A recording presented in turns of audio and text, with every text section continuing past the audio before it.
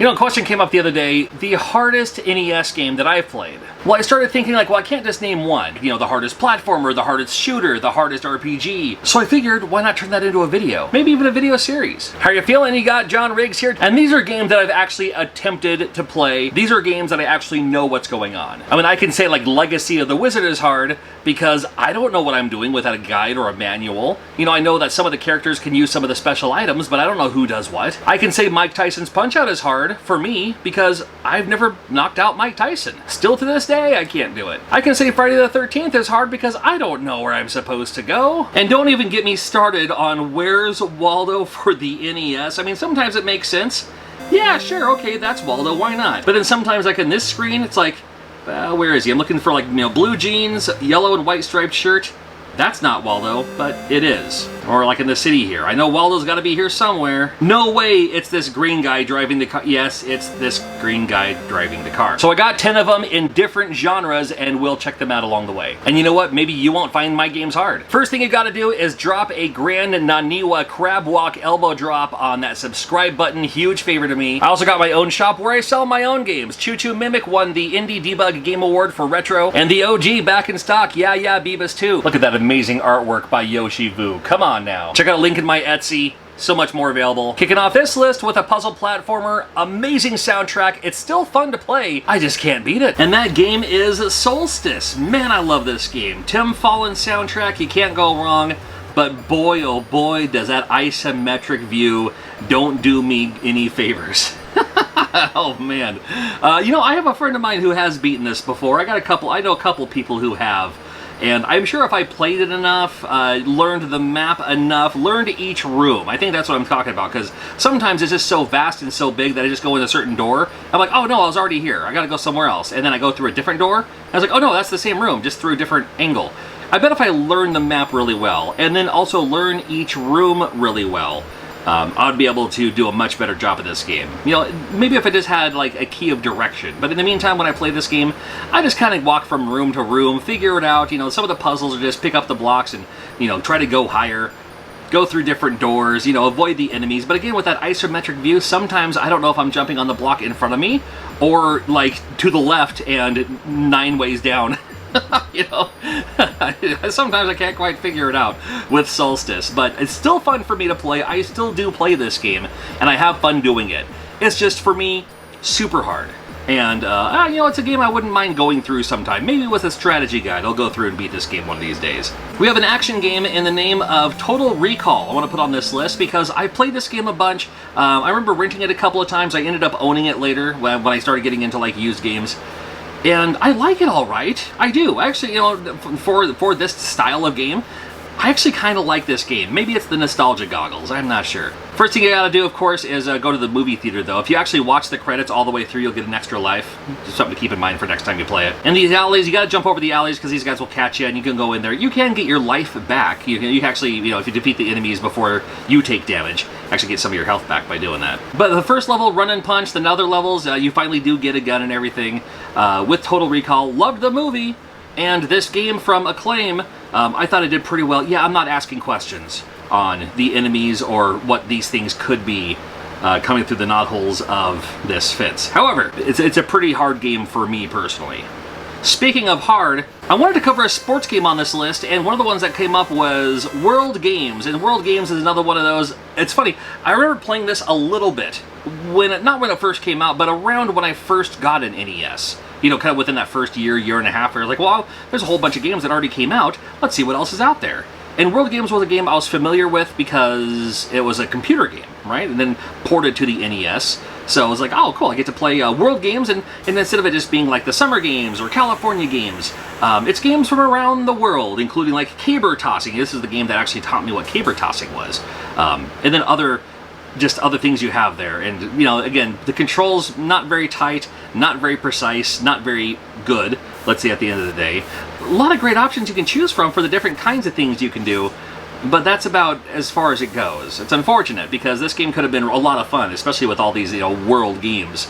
But you know, didn't quite cut it for me as far as trying to do better next time anyway. So pretty hard for me to go through, but still was fun to look at. A game that I think a lot of us have played. It's Brain Game. No, I'm just kidding. The Adventures of Bayou Billy. Remember Brain Games on, I think it was like on HBO or something like in the 80s. This is The Adventures of Bayou Billy. Now, it's a beat 'em up, and it's from Konami. Great soundtrack. It's one of my favorite NES soundtracks, really. And I love the idea that you play as a Cajun, because so many other beat 'em ups are like you're the cop going through the city trying to save your whatever. It's, you know, has a little bit of a Cajun flair to it. I'm all down for that. But still, and you know this with the U.S. version, I'm sure you already know this story. The U.S. version is much harder than the Japanese version, because this one, as while the enemy is still like flashing, they can still attack you, even though you can't attack them for that split second that you need. So you can't just like, you know, juggle them or do the combos or things like that. Not the way you would like to for a game like The Adventures of Bayou Billy. A couple other play modes too. There is an Operation Wolf style level. That one's pretty cool. There's a lot of people who actually don't care for the racing part of it, the driving part of it. They say that's the hang up with this game. It's not the beat 'em up part, it's the driving part. I like the driving part just fine. But yeah, just with that going on, and even trying to play this, this is the one game. And when it comes to hard games, spoiler alert, Battletoads is not on this list. Ghosts and Goblins is not on this list. Because I know people who can play them and beat them and sometimes even do like a no-hit run with them. I don't know one person, and please shout it out in the comments, I'm sure you can. I don't know anybody that's beaten this game. Yes, I've gone through it with a Game Genie, but I don't know anyone who's actually beaten this game proper, legit, the US version. Though I'm not the best with RPGs, especially for the NES, I'm going to add Destiny of an Emperor. I remember playing a lot of this and really enjoying it too. And I'm not the biggest for turn-based RPGs, but it just had that little different flair to it. The Liu Dynasty. Great soundtrack. Without even doing any research, it might be the same person who did the music for DuckTales on the NES. It just has that kind of sound and flair to it. But Destiny of an Emperor is a turn-based RPG where it looks like, as you can clearly see, it's an RPG style, but instead of having hit points, you have soldiers, and you have to get your soldiers, and then when it goes into a battle, then it's like your teams versus their teams, if you will. And then like the points, well, that's, you know, soldiers, but it's still hit points, whatever you want to look at it. You attack them, they attack you. My favorite thing to do is click this all out button, so you just keep attacking each other until we get a final victor. But I remember this game was a little bit extra grindy, not as grindy as some of the other NES games, but still just grindy enough where I'm like, come on, I just want to get through the last part, and sometimes these battles take way longer than they should, and that was the other thing for me, is like some of these RPG battles, trust me, I don't mind if I die early. And I can just try again and say, okay, well, I'm going to get a better sword. I'm going to, you know, get better equipment, better armor, and that way, their attacks do less damage for me. I do more damage for them. But this one, it's just not exactly like that. You just have to have more people in your party, and yes, you can, of course, get upgrades along the way. But sometimes these battles are horrendously long, and that was a huge downfall for me, unfortunately. But great soundtrack, I'll give it that. RPGs always have the best soundtrack, it's not fair. Traditional puzzle game, a lot of great puzzle games on the NES, one of my favorites to pick up and play. And a game I really like is Fire and Ice. Now this is Solomon's Key 2, and Solomon's Key could have made this list as well. But I wanted to put Solomon's Key 2 on this list, better known as Fire and Ice. The idea is you can create the ice blocks or dissipate them at your feet, to the left and the right, and you use that ice to extinguish the fire. Very distinguished fire, yes. You use the ice blocks to put out the fires in this game. And it's one of those puzzle games, like a lot of puzzle games out there, that start out pretty easy. You're just like, hey, this is actually kind of cool. I get it. And then all of a sudden you're just like, how am I supposed to do that? And you will figure it out, obviously. I mean, yes, the more you play it, the more you'll figure stuff out. But it gets to a point very, very, very early where you're like, oh man, I thought I was good at this game, and now I don't have a clue what I'm supposed to do next. Fire and Ice. Pretty valuable game if you're looking to collect this game physically, but it's one worth checking out. I kind of like it. You know, one game I want to add to this list is Spelunker. I guess you could call this a port. I was thinking about, like, you know, arcade ports or computer ports, and let's add Spelunker as part of the ports, because, you know, it definitely came from a computer game. The very first thing you do is die from this elevator, because you don't jump in time. And then you realize, oh, unlike other platformers, you only have not very much distance to fall before it says, nope, broken legs, or, you know, or whatever your death sequence is from that. So you will die in this game by falling way more than by the ghosts or the bats or the the sulfuric spritz that happen. Way more than that. Way more than that. I like this game quite a bit. I really do.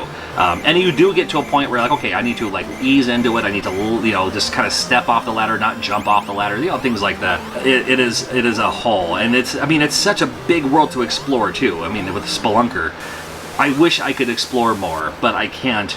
Not without some kind of cheat code to make it so I don't die from fall damage, because it is not much to fall. Maybe it's realistic, I don't know. But Spelunker is super, super, super fun. I do like Spelunker, it's a super hard game, man. Now, a lot of people, when you ask them their hardest game, they might say Silver Surfer. I'm going to add that on here too, because I would agree with you for several reasons. Now, there are some people who might do the opposite and disagree by saying, you think it's a hard game. However, if you play it a certain way, stay in a certain spot, do a certain thing, it's not nearly as hard. And I would agree with you too. I'm sure, with any game you could, get better at it, sure. Character is too big, your sprite is way too big, and the first enemies on screen should not take more than one hit. At least with the first couple enemies, it should just be a one-hit kill. Later enemies that pop up later, okay, I get it. But for the most part, the enemy should just be a one-hit kill. You are also a one-hit kill on this game, and when you die, you go back to the beginning of the level. It's not like you just die, game, and then it's like, oh, that sucks, and then you respawn right where you were. You just go back and you have to do it all over again. And it's just disheartening. It's really disheartening. The side-scrolling ones are easier for me than the vertical ones, too, because when you get the vertical ones, you're way bigger. Look at how big your sprite is as far as like your hit detection here. Your surfboard's way too big. You need that Cloud Kicker Cloud Surfer thing. Just nice and tight. Not this giant, surfboard. But I guess you wouldn't be Silver Surfer if you didn't have it. So yeah, it's not silver. It's not a silver hoverboard. It's a Silver Surfer. Gotta have your surfboard. Great soundtrack. Hey, 2 games on this list from Tim Fallon. How about that? But it is not my hardest game on the NES. Arkanoid. Now, this game I'm going to put in like the wild card category, the potpourri they might call it on Jeopardy. Just a various game. It's kind of in its own category, I suppose. You can call it a puzzle game, I guess. But yeah, this is Arkanoid, and I like this game quite a bit. Love Arkanoid 2. I loved Breakout on the Atari. And this one, like that, but then you also get these upgrades, and the problem is I'm always too busy trying to grab the upgrades to worry about where the ball is. It's like, like, hey, yeah, I got the laser, and then I died. It's the equivalent of like jumping into a bottomless pit on Super Mario Brothers to get 3 coins, when the only reason you need coins is for extra lives. It's kind of on that level. Don't worry about the upgrades, just worry about where the ball is going to be. The first few levels, not so bad, but the farther you get in this game, when you're playing with a D-pad, becomes, I would say, near impossible. I can't say impossible, because like through AI, if you did like ball tracking, then yeah, maybe you could do that where the ball is going to be. But you definitely need that Arkanoid controller, the Vaz? What's it called? Something. You'll definitely need that, because then the ball just spins off at rapid things, and you can't even get to the other side of the screen in time just with your D-pad. You definitely need that the Arkanoid controller to go where you're going, to go anywhere with this game, especially near the end of the levels. But still, not my most difficult game. My hardest game, the hardest game I've ever played. Trust me, I played Teenage Mutant Ninja Turtles, beat it once. I don't think I can do it again. I love Fester's Quest. Faxanadu comes up sometimes. I love that game. It's one of my favorites. To me, the hardest game on the Nintendo Entertainment System, believe it or not, Hudson's Adventure Island. Now, love this game. And I would say most people that grew up with NES played this game. There is Adventure Island 2 and 3. Those are wonderful. Those are excellent. I'm not talking about those. This one specifically. Fun to play. You go through, you pick up your little axes or your, the little fireball things. You can pick up a skateboard sometimes. That's pretty cool too. But when it gets to the later levels, that's when it gets near impossible with some of these jumps. And not only that, but then also your fruit meter keeps ticking down. If you didn't have the fruit meter, might be a little bit better, but some of the later levels don't give you as much fruit to keep it going, so you just need to keep moving basically the whole time. And some of these jumps are just redonkulous, really. And to narrow it down even further, World 8 Level 4 gives you the impossible jumps. Yes, it's possible. Yes, you can do it. But these jumps through the spiders. Don't hit the rock things because they're gonna, like, you know, bounce you right into the fire. Not fun, but it is possible, but super hard. And that was fun for me. As hard as these games are, that's the problem, is I still love playing them. So for me, those games, I think they're a lot of fun. Just think they're way too hard. Thanks for watching. We'll do a video coming up soon. So again, hit that subscribe button. We got it coming back quick.